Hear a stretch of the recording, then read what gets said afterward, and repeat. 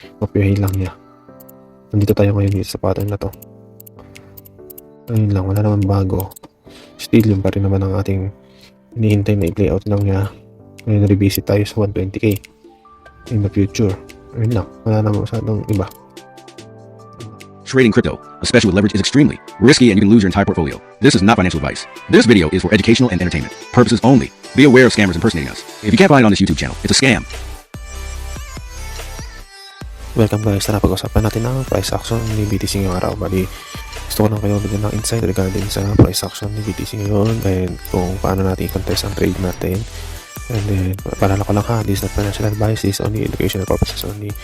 Bali, based on the chart ngayon, nandito tayo sa price action ni BTC sa daily candle natin. And then, kaya ilang araw ko hindi nag-update dahil andun lang tayo sa para channel natin. Alam ko ito yung boarding stage ni BTC. Diba naalala nyo yung sinabi ko sa inyo guys na 40% tapos 60% na possible mag-break to the upside or break to the downside. And then ito yung para sa akin. May 60% na pwede siya mag-break to the downside then mag-break to the upside. Yun. Bali, based on the chart na ginagawa ngayon ni BTC ay bumasag siya pa ilalim. Magsashort na ba tayo? Hindi pa. Bakit hindi pa? Kasi wala pa tayo nakikita ang confirmation kung magsashort na tayo. Diba lagi ko sinasabi sa inyo na kung papasok tayo sa trade, gusto natin ay mayroon tayong scene of the crime and then wait mag-pullback, then let's see kung mauntog lang tayo sa para channel natin saka tayo mag-short. Pero possible ba pumasok pataas? Possible din. Wait natin ang Wednesday guys ha. Paalala ko lang ha, sa Wednesday meron tayo FOMC meeting and then let's see kung ano sasabihin ni Powell na naman, kung maganda ba ang sasabihin ni Powell sa market o hindi. Feeling ko possible na mangyari is puro positive na naman ang sasabihin niya about regarding sa crypto.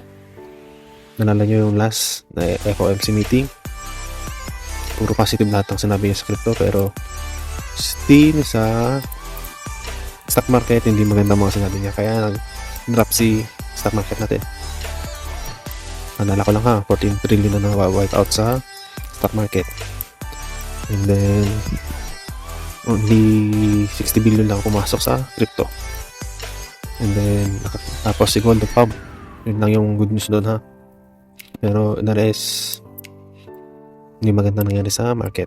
And then let's see, tignan natin sa weekly. Possible na sa weekly baka bisitahin tong area to, baka meron tayong makitang galaw dito, bisitahin tong area to and then bago mag-pop then bisitahin tong area to. Ito sa weekly, if ever makatagos tayo dito sa ating para na channel dito, if mangyari makatagos. Pag hindi, still okay lang, wait na lang tayo dito sa ilalim. Baka balikan tong 88k bago mag-pump, or possible kung magandang sabihin ni Powell sa Wednesday, makakita tayong 100k kay BTC. Siyempre 100k muna, marami tayong tatagusin na resistance, tandaan nyo na. Then dire-diretso marami tayong resistance na dadaanan bago tayo bumalik dito sa all time high natin. And then let's see sa weekly, lagi ko sinasabi to ha, baka possible lang naman itong pattern na to kopyahin lang niya. Nandito tayo ngayon dito sa pattern na to.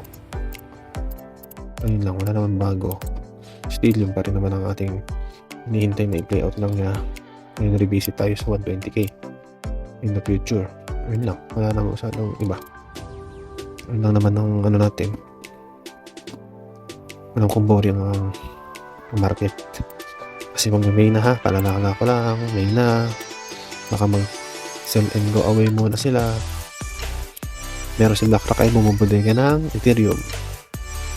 Let's see, tingnan natin ano mangyayari sa susunod na araw. Feeling ko kasi hindi pa tayo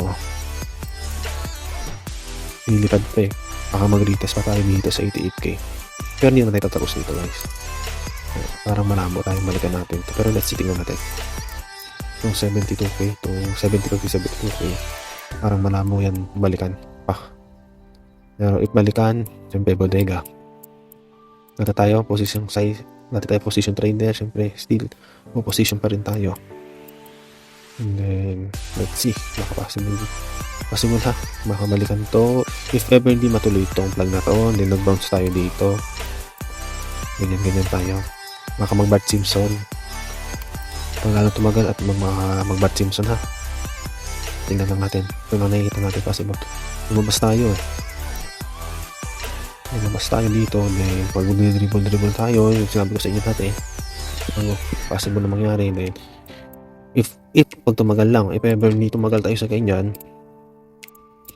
then biglang mamasok pataas, ayan, maganda yun. Ibig sabihin may magandang news na nangyari. Ayun lang, wala masyadong update, wala lang pwedeng dagdag kasi ito lang nakikita ko ngayong araw. Gusto ko lang kayo nang bigyan ng paalala lang about sa Wednesday. Kung gusto nyo mag-trade, okay lang. Ako hindi, kasi ako MC meeting yun, hindi ko kaya sabayan yung ganun ka bigat ng volatility. Yes, gusto ko pa rin na kalmado ang market. Pag ako nag-trade, kalmado lang gusto ko. Kasi mahirap yun. Sabi nila, first candle daw titignan. Unang first candle pag pump, susundan mo lang, then exit agad. Pero hindi ko kayang sabayan yung ganun. Second kasi yun minute pa nga lang hirap na. 1 minute pa lang hirap na. Paano pa kayo second? Diba? Kaya kung mag-trade, huwag mag-over leverage, liquidate lang ha. Yun lang din sa coin glass, wala naman masyadong galaw pa kasi wala pa yung pre-market pa lang kasi to.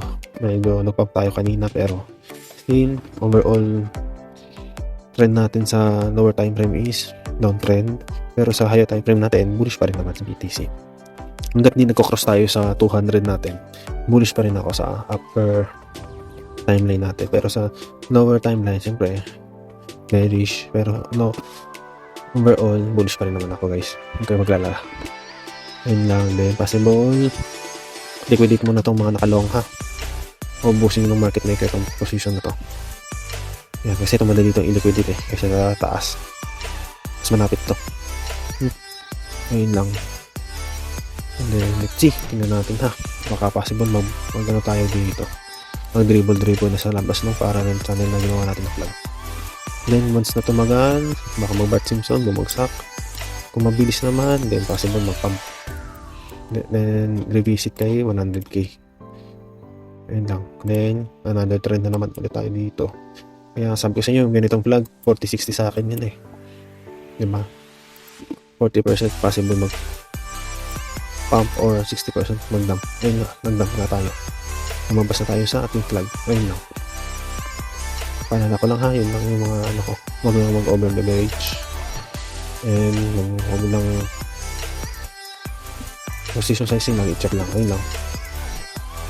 Kung wala kang mga OKX dyan, nasa description lang yung link para diretso na kayo sa ating website. Tapos always remember, trend is a trend. Bye-bye. Trading is never as easy. But who say you can't have fun?